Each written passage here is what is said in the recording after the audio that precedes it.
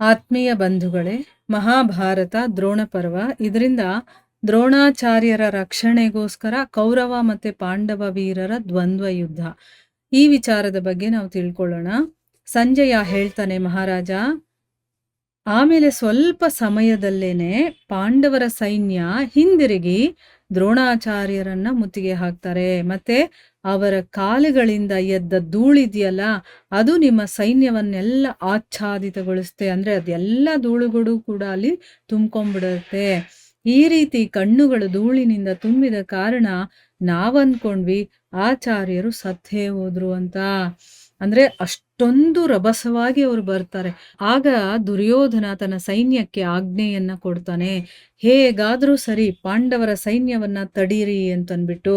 ಇದನ್ನ ಕೇಳಿ ನಿಮ್ಮ ಮಗ ದುರ್ಮರ್ಷಣ ಭೀಮಸೇನನನ್ನ ನೋಡಿ ಅವನ ಪ್ರಾಣವನ್ನ ತೆಗಿಬೇಕು ಅಂತ ಅನ್ಕೊಂಡು ಬಾಣಗಳನ್ನ ಸುರಿಸ್ತಾ ಅವನ ಮುಂದೆ ಬರ್ತಾನೆ. ಅವನು ತನ್ನ ಬಾಣಗಳಿಂದ ಭೀಮಸೇನನನ್ನ ಮುಚ್ಚಿಬಿಡ್ತಾನೆ. ಅಂದ್ರೆ ಅಷ್ಟು ಬಾಣಗಳನ್ನ ಬಿಡ್ತಾನೆ. ಮತ್ತೆ ಭೀಮಸೇನ ಕೂಡ ಅವನನ್ನ ಬಾಣಗಳಿಂದ ಗಾಯಗೊಳಿಸ್ತಾನೆ. ಈ ರೀತಿ ಇಬ್ಬರ ನಡುವೆ ಕೂಡ ಭೀಷಣವಾದಂತಹ ಯುದ್ಧ ಶುರುವಾಗುತ್ತೆ.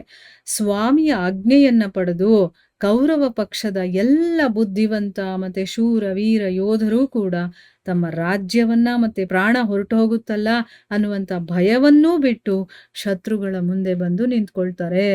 ಆ ಸಮಯದಲ್ಲಿ ಏನಾಯ್ತು, ಶೂರ ವೀರನಾದಂತ ಸಾತ್ಯಕಿ ದ್ರೋಣಾಚಾರ್ಯರನ್ನ ಹಿಡಿಯೋದಕ್ಕೋಸ್ಕರ ಬರ್ತಾ ಇದ್ದ. ಅವನನ್ನ ಕೃತವರ್ಮ ತಡಿತಾನೆ. ಕ್ಷತ್ರವರ್ಮ ಕೂಡ ಆಚಾರ್ಯರ ಕಡೆಗೆ ಬರ್ತಾ ಇದ್ದ. ಅವನನ್ನ ಜಯದ್ರಥ ತನ್ನ ಬಾಣಗಳಿಂದ ತಡಿತಾನೆ. ಇದರಿಂದ ಏನಾಯ್ತು, ಕ್ಷತ್ರವರ್ಮ ಕೋಪ ಮಾಡಿಕೊಂಡು ಜಯದ್ರಥನ ಧನಸ್ಸು ಮತ್ತೆ ಧ್ವಜಗಳನ್ನೆಲ್ಲ ಕತ್ತರಿಸ್ಬಿಡ್ತಾನೆ. ಮತ್ತೆ ಅವನ ಮರ್ಮಸ್ಥಾನವನ್ನ ಆಘಾತಗೊಳಿಸ್ತಾನೆ. ಆಮೇಲೆ ಜಯದ್ರಥ ಇನ್ನೊಂದು ಧನಸ್ಸನ್ನ ತಗೊಂಡು ಶಸ್ತ್ರವರ್ಮನ ಮೇಲೆ ಬಾಣಗಳನ್ನ ಸುರಿಸೋದಕ್ಕೆ ಪ್ರಾರಂಭ ಮಾಡ್ತಾನೆ. ಮಹಾರಥಿ ಯುಯುತ್ಸು ಇರ್ತಾನಲ್ಲ, ಅವನು ಕೂಡ ದ್ರೋಣಾಚಾರ್ಯರ ಹತ್ರ ತಲುಪಬೇಕು ಅನ್ನುವಂಥ ಪ್ರಯತ್ನದಲ್ಲಿ ಇದ್ದ. ಅವನನ್ನ ಸುಬಾಹು ತಡಿತಾನೆ. ಆದ್ರೆ ಯುಯುತ್ಸು ಏನ್ ಮಾಡ್ದ, 2 ಬಾಣಗಳಿಂದ ಸುಬಾಹುವಿನ 2 ಭುಜಗಳನ್ನು ಕೂಡ ಕತ್ತರಿಸ್ಬಿಡ್ತಾನೆ. ಧರ್ಮಪ್ರಾಣ ಯುಧಿಷ್ಠಿರನ ಗತಿಯನ್ನ ಮದ್ರರಾಜ ಶಲ್ಯ ತಡಿತಾನೆ. ಧರ್ಮರಾಜ ಶಲ್ಯನ ಮೇಲೆ ಅನೇಕ ಮರ್ಮಭೇದಿ ಬಾಣಗಳನ್ನ ಬಿಡ್ತಾನೆ. ಮತ್ತೆ ಮದ್ರ ನರೇಶನೂ ಕೂಡ ಅವನಿಗೆ 64 ಬಾಣಗಳಿಂದ ಗಾಯಗೊಳಿಸಿ ಬಹಳ ಗರ್ಜನೆಯನ್ನ ಮಾಡ್ತಾನೆ. ಆಗ ಏನ್ ಮಾಡ್ತಾನೆ ಯುಧಿಷ್ಠಿರ, 2 ಬಾಣಗಳಿಂದ ಅವನ ಧನಸ್ಸು ಮತ್ತೆ ಧ್ವಜಗಳನ್ನ ಕತ್ತರಿಸ್ತಾನೆ. ಈ ರೀತಿ ತನ್ನ ಸೈನ್ಯದ ಸಹಿತ ರಾಜ ದೃಪದ ಕೂಡ ದ್ರೋಣರ ಕಡೆಗೇನೆ ಹೋಗ್ತಾ ಇದ್ದ. ಅವನನ್ನ ಯಾರು ತಡೀತಾರೆ, ರಾಜ ಬಾಹ್ಲಿಕ ಮತ್ತೆ ಅವನ ಸೈನ್ಯ ಬಾಣಗಳನ್ನ ಸುರಿಸಿ ತಡಿತಾರೆ. ನೋಡಿ, ದ್ರೋಣಾಚಾರ್ಯರ ರಕ್ಷಣೆ ಮಾಡೋದಕ್ಕೆ ಎಷ್ಟು ಜನ ಇದ್ದಾರೆ ಅಂತನ್ಬಿಟ್ಟು ಅವ್ರ ಹತ್ರಕ್ಕೆ ಯಾರು ಹೋಗಬಾರದು, ಆ ರೀತಿ ತಡೀತಾ ಇದ್ದಾರೆ.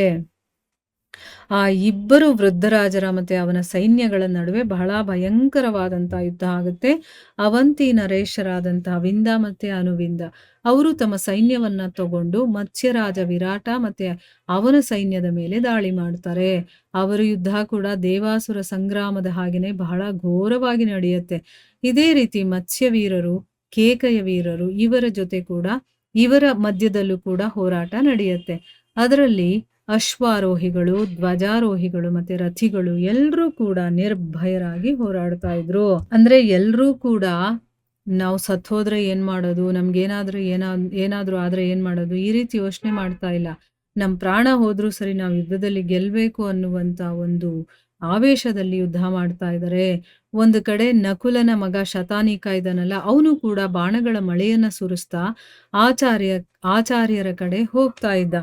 ಅವನು ಭೂತಕರ್ಮ ಇದಾನಲ್ಲ, ಅವನ್ ತಡಿತಾನೆ. ಆಗ ಶತಾನಿಕ 3 ಬಾಣಗಳಿಂದ ಭೂತಕರ್ಮನ ತಲೆ ಮತ್ತೆ ಬಾಹುಗಳನ್ನು ಕೂಡ ಕತ್ತರಿಸ್ಬಿಡ್ತಾನೆ.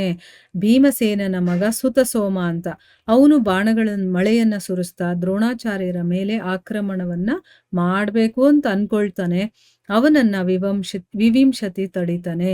ಆದ್ರೆ ಸುತಸೋಮ ನೇರವಾಗಿ ಗುರಿ ಇಡ್ತಾ ತನ್ನ ಬಾಣಗಳಿಂದ ತನ್ನ ಚಿಕ್ಕಪ್ಪನನ್ನ ಹೊಡಿತಾನೆ. ಮತ್ತೆ ಸ್ವತಃ ಅವನು ನಿಶ್ಚಲವಾಗಿ ನಿಂತಿರ್ತಾನೆ.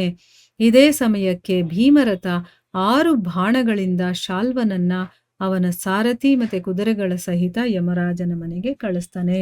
ನೋಡಿ, ಈ ರೀತಿ ಇಲ್ಲಿ ಒಬ್ಬರ ಮೇಲೆ ಒಬ್ಬರು ಯುದ್ಧವನ್ನ ಮಾಡ್ತಾ ಇದ್ದಾರೆ. ಈ ಕಡೆ ಯುಧಿಷ್ಠಿರನನ್ನ ಕಾಪಾಡಬೇಕು ಅಂತ ಪಾಂಡವರು, ಆ ಕಡೆ ದ್ರೋಣರನ್ನ ಕಾಪಾಡಬೇಕು ಅಂತ ಕೌರವರು ಈ ರೀತಿ ಹೋರಾಟ ನಡೆಸ್ತಾ ಇದ್ದಾರೆ. ಮುಂದೇನಾಗುತ್ತೆ ಅಂತ ನಾವು ಮುಂದಿನ ಭಾಗದಲ್ಲಿ ತಿಳ್ಕೊಳ್ಳೋಣ. ಹರೇ ಕೃಷ್ಣ.